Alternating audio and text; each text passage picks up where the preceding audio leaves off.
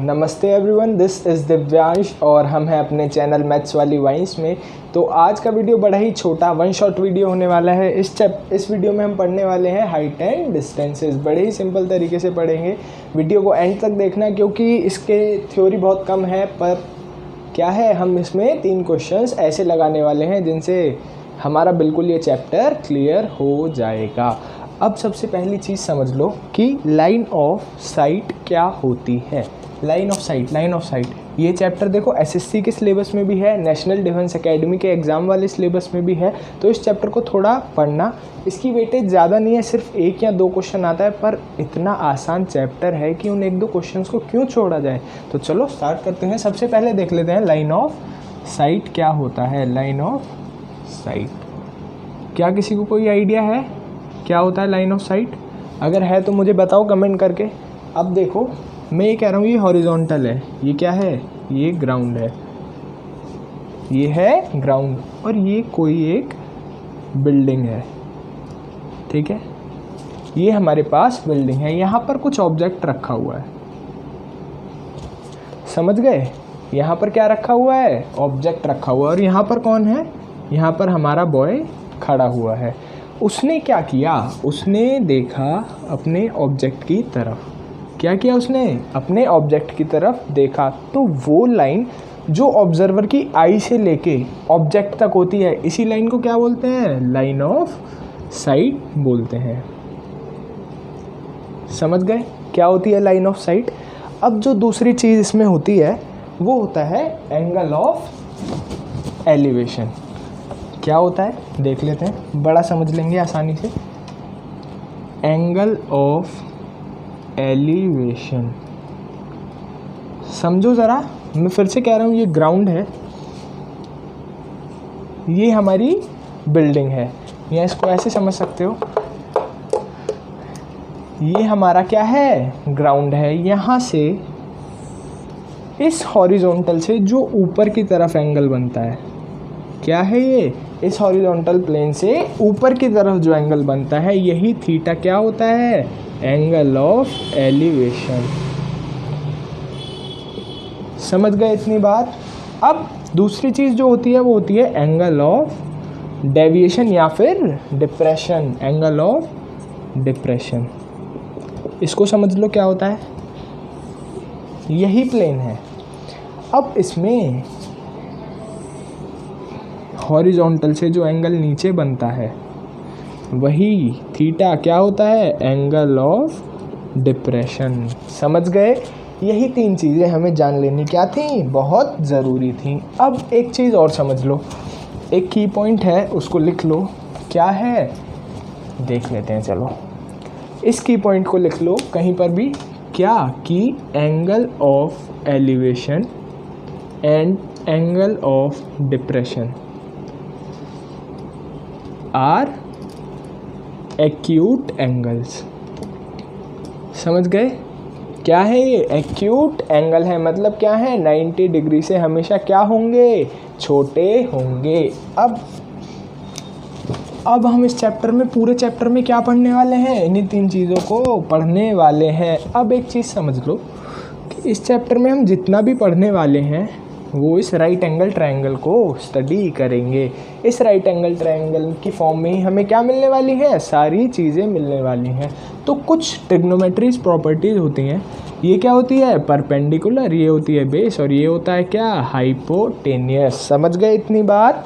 अब ज़रा देख लो इधर, टेन थीटा क्या होता है, परपेंडिकुलर अपॉन बेस। समझ गए क्या होता है tan theta, perpendicular upon base. ये हो गया हमारा की फॉर्मूला। क्या है ये हमारा की formula. Most of the 99% questions हम किससे सॉल्व करने वाले हैं, सिर्फ इसी एक फॉर्मूला से। दूसरा फॉर्मूला क्या होता है, sine theta, perpendicular upon hypotenuse. क्या होता है, परपेंडिकुलर अपॉन हाइपोटेनियस। और कॉस थीटा क्या होता है, बेस अपॉन हाइपोटेनियस। समझ आ गई इतनी बात। ये दोनों की इतनी ज़रूरत हमें इस चैप्टर में नहीं पढ़ने वाली। अब हम इस एक फॉर्मूला से क्या करने वाले हैं, पूरे चैप्टर को स्टडी करने वाले हैं। अब मैं एक क्वेश्चन दे देता हूँ। अब हम वीडियो में 3 क्वेश्चंस करने वाले हैं, जिसमें क्या होगा, 3 तरह के बेसिक क्वेश्चंस हमें देखने को मिलेंगे। अब ये है सबसे पहला और सबसे बेसिक क्वेश्चंस। अब इस चैप्टर में एक चीज़ हमें क्या आनी चाहिए कि स्टेटमेंट पढ़ के हमें क्या आना चाहिए, इस क्वेश्चन क्या एक्सप्रेस करना चाहता है उसे हम डायग्राम में उतारने वाले हैं। तो चलो क्वेश्चन को स्टार्ट करते हैं और समझते हैं। कह रहा है कि अ tower stands vertically on the ground. समझ लो क्या है, एक ग्राउंड है, एक ग्राउंड है, यहाँ क्या है, एक टावर खड़ा हुआ है वर्टिकली। अब क्या कह रहा है, from a point on the ground which is 30 metre away from the foot of the tower, यानी फुट ऑफ द टावर से कितनी दूर है वो पॉइंट, यहाँ समझ लो ये क्या है, डिस्टेंस 30 मीटर है। ठीक है, इतना समझ आया। कह रहा है the angle of elevation is 45 degree, यानी ये लाइन ऑफ साइट क्या है, एंगल 45 डिग्री। अब वो कह रहा है find the height of the tower, h बताना है हमें। अब ज़रा गौर से इस चीज़ को देखो, क्या मुझे निकालना है, परपेंडिकुलर निकालना है। क्या ये राइट एंगल ट्रायंगल है, हाँ सर बिल्कुल है। क्या निकालना है मुझे, परपेंडिकुलर, और क्या गिवन है, बेस। तो ऐसा हमने एक फॉर्मूला पढ़ा था tan थीटा, जो क्या होता था, परपेंडिकुलर अपॉन बेस। अब इस फॉर्मूले को अगर मैं यहाँ लगा दूँ कि tan 45 degree is equals to, perpendicular है h और बेस कितना है 30।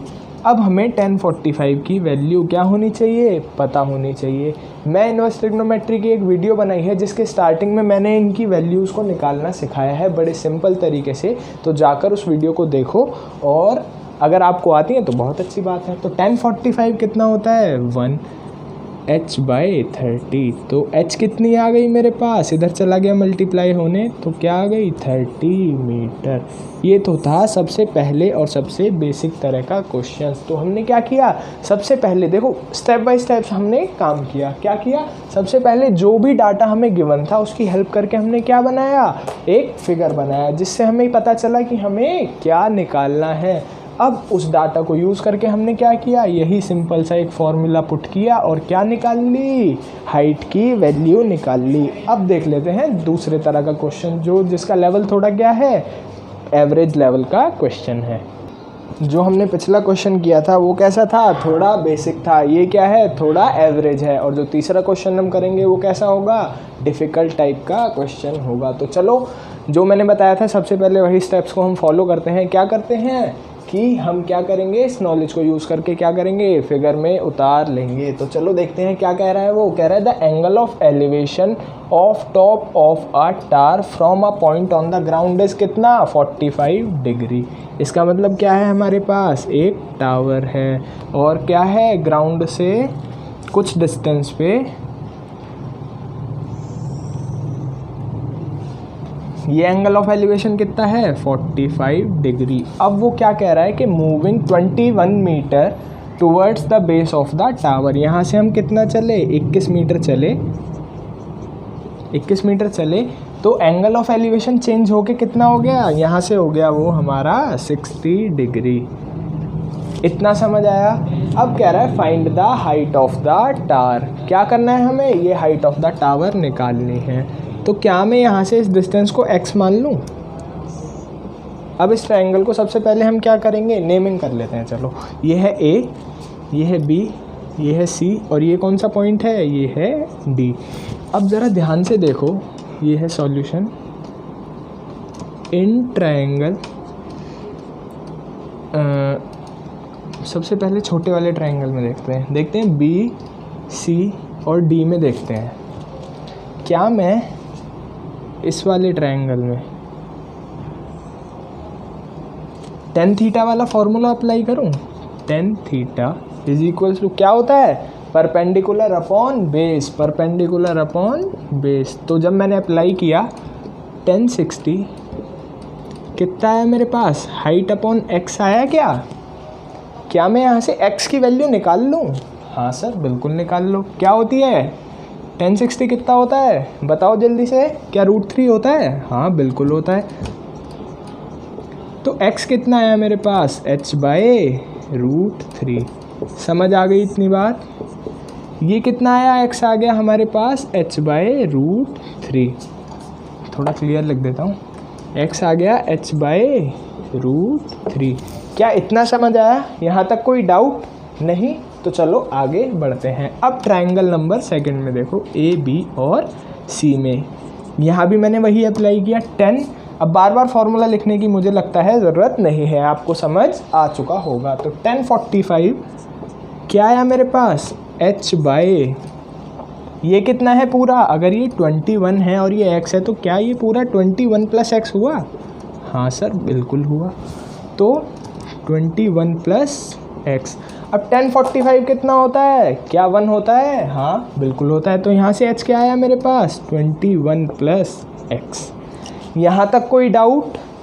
क्या यहाँ तक कोई डाउट है? नहीं है तो चलो आगे बढ़ते हैं। अब हमने x की वैल्यू निकाली थी, क्या निकाली थी?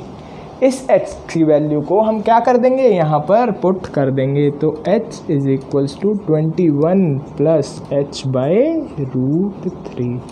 इतना समझ आया? इतना समझ आया? क्या इस डायग्राम को रफ कर दूँ? हाँ चलो, इस डायग्राम को आप अपनी नोटबुक में ड्रॉ कर लो।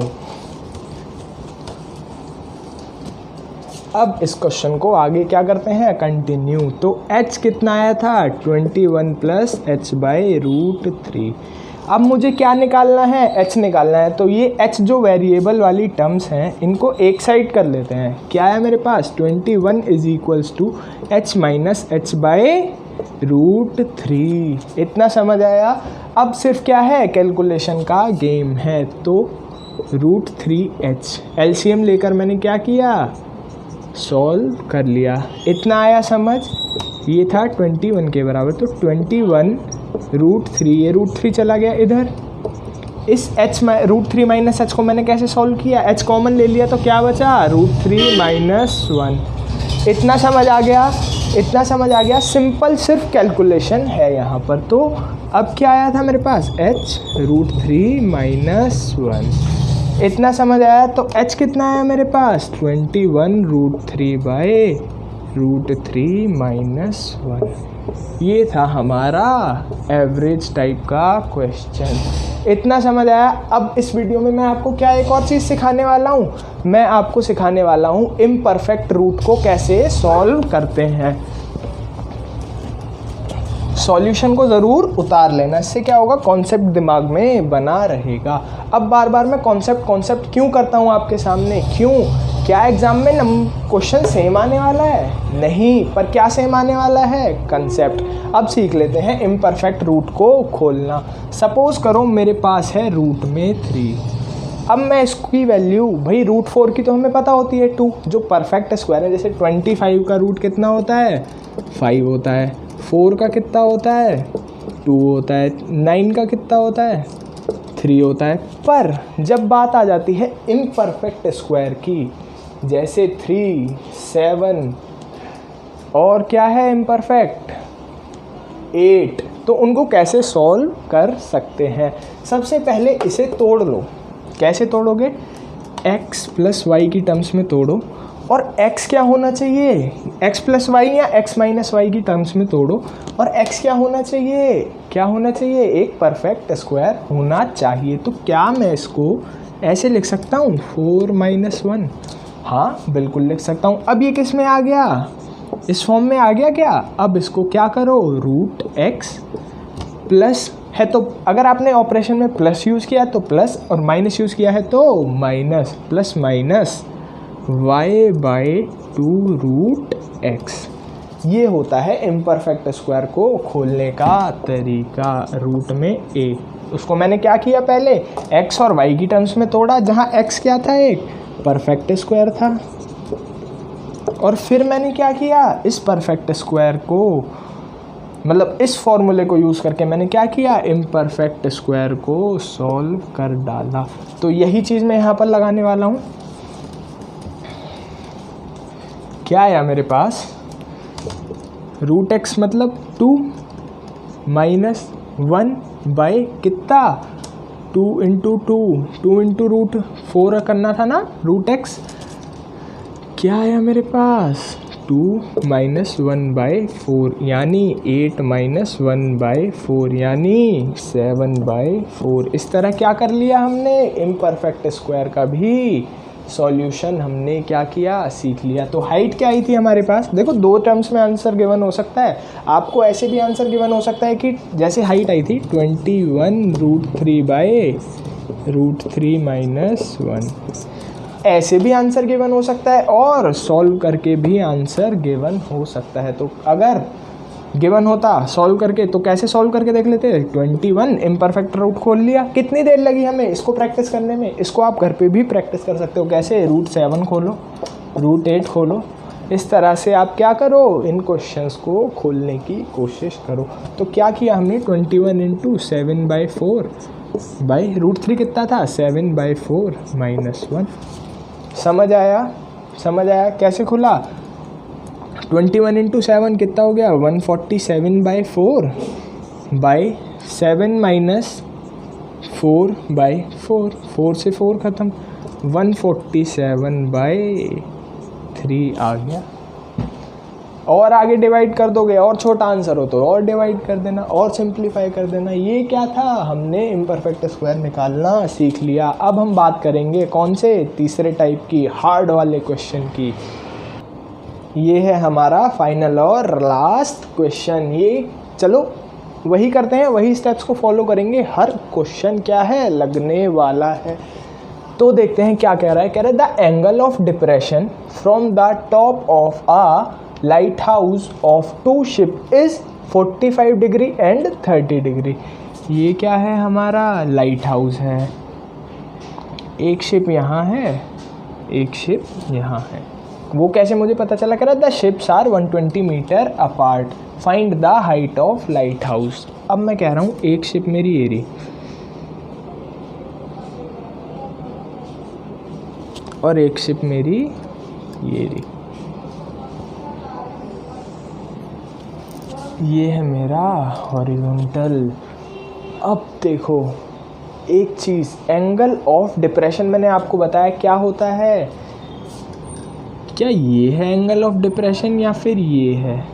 मैंने आपको बताया था हॉरिजॉन्टल के साथ वाला एंगल क्या होता है, एंगल ऑफ डिप्रेशन होता है। वही चीज़ क्या करनी थी हमें, इस क्वेश्चन में पकड़नी थी। तो ये वाला एंगल कितना गिवन है, 45 डिग्री। ये वाला एंगल कितना गिवन है, 30 डिग्री। देख लो भाई, एक 45 है, एक 30 है। क्या मैं ये वाला एंगल निकाल सकता हूँ। इसे निकालने के हमारे पास क्या है, 2 तरीके। थोड़ा सा देखो दिमाग भी चलाना पड़ेगा। क्या है वो 2 तरीके, देखो ये अगर मैं आपसे कहूँ ये कितना है इस हॉरिजॉन्टल के साथ, ये 90 है, ये भी 90 है, और ये कितना है 90 और ये भी 90।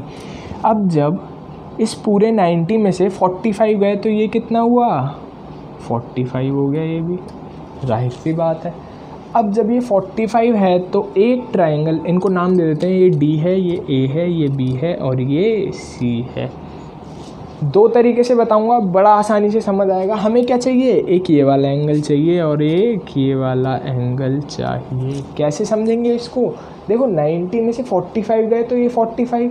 एक ट्रायंगल के तीनों एंगल्स का सम कितना होता है, 180, और ये ऑलरेडी मेरे पास कितना है 90। तो 2 एंगल हैं मेरे पास, एक है 90 डिग्री, एक है 45 डिग्री। तो टोटल कितना होना चाहिए, 180 डिग्री। और एक एंगल है, इसे x मान लो, ये है x डिग्री। अब x + 135 degree is equals to 180 degree. तो x कितने डिग्री आ गया, 180 - 135 डिग्री, यानी कितना 45 डिग्री। एक तो ये तरीका था 45 डिग्री। और अगर आपने ट्रायंगल की प्रॉपर्टीज़ पढ़ी हुई हैं तो कैसे पता लगा लोगे, अल्टरनेट इंटीरियर एंगल से, कि जब हॉरिजॉन्टल के साथ ये वाला एंगल 45 है तो ये वाला भी कितना होगा, हॉरिजॉन्टल के साथ 45 होगा। ये वाला 30 है तो ये वाला भी कितना होगा, 30 होगा। समझ गए, एंगल्स तो हमने पता लगा लिए। अब हमें क्या निकालना है, ये h निकालना है। इन दोनों की दूरी कितनी है, 120। यहाँ से यहाँ तक ही कितना है, पूरा 120 है। अगर मैं आपसे कहूँ, अब मुझे ये तो नहीं पता कि क्या ये आधे आधे पर हैं या कितने आगे पीछे हैं, मैं इस वाली साइड को सपोज कर लेता हूँ x, ठीक है। अब जब मैंने x हटा दिया 120 में से, तो ये वाली साइड कितने की बची? 120 माइनस x। अगर इतना समझ आया तो क्वेश्चन में फिर बचा क्या? ये तो पिछले क्वेश्चन जैसा ही हो गया। इन ट्रायंगल ABD अगर मैं देखूं, AB और D, 1045 कितना आया मेरे पास? h बाय x, तो h कितना आया? x के बराबर। समझ आई इतनी बात? समझ आई? बिल्कुल समझ आई। अब दूसरा वाला देख लो, उसमें क्या है? 1030 डिग्री, उसके लिए परपेंडिकुलर क्या है? उसके लिए भी परपेंडिकुलर h है, और बेस क्या है? 120 माइनस x, तो h बाय 120 माइनस x।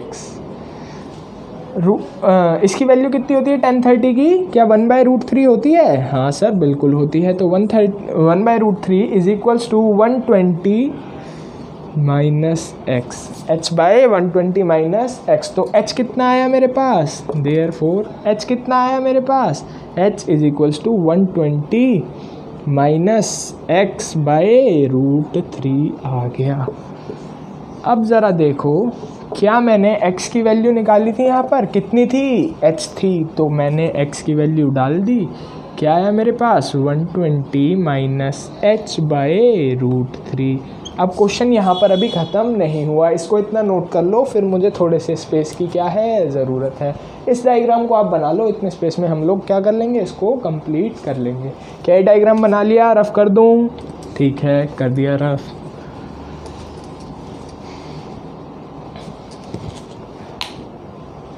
ये आया मेरे पास h is equals to 120 minus h by √3। मैं √3 को उधर भेज दूँ, कोई प्रॉब्लम नहीं है। तो √3 of h, therefore √3 of h is equals to 120 minus h। कोई प्रॉब्लम नहीं है। √3 h, अगर मैं इस माइनस के h को इधर भेजूँ तो क्या हो गया? ये प्लस का h इज इक्वल्स टू 120। अभी भी कोई दिक्कत नहीं है, h कॉमन ले लिया। √3 + 1 इज इक्वल्स टू 120, और h कितना आ गया मेरे पास? 120 बाय √3 + 1। हो गया क्वेश्चन सॉल्व। ये था हमारा तीसरा और डिफ़िकल्ट टाइप का क्वेश्चन। अब अगर आपको ये तीनों क्वेश्चंस और इनके पीछे के कंसेप्ट समझ आए हैं, तो आप हर क्वेश्चन को आराम से लगा पाओगे। अब मेरे चैनल को सब्सक्राइब करना मत भूलना, और शेयर करना अपने सभी दोस्तों के साथ जो क्या हैं, SSC एस्पिरेंट्स हैं, ND एस्पिरेंट्स हैं। तो thank you for watching my video, और अब आपसे मिलते हैं हम नेक्स्ट टॉपिक में। Have a good day guys.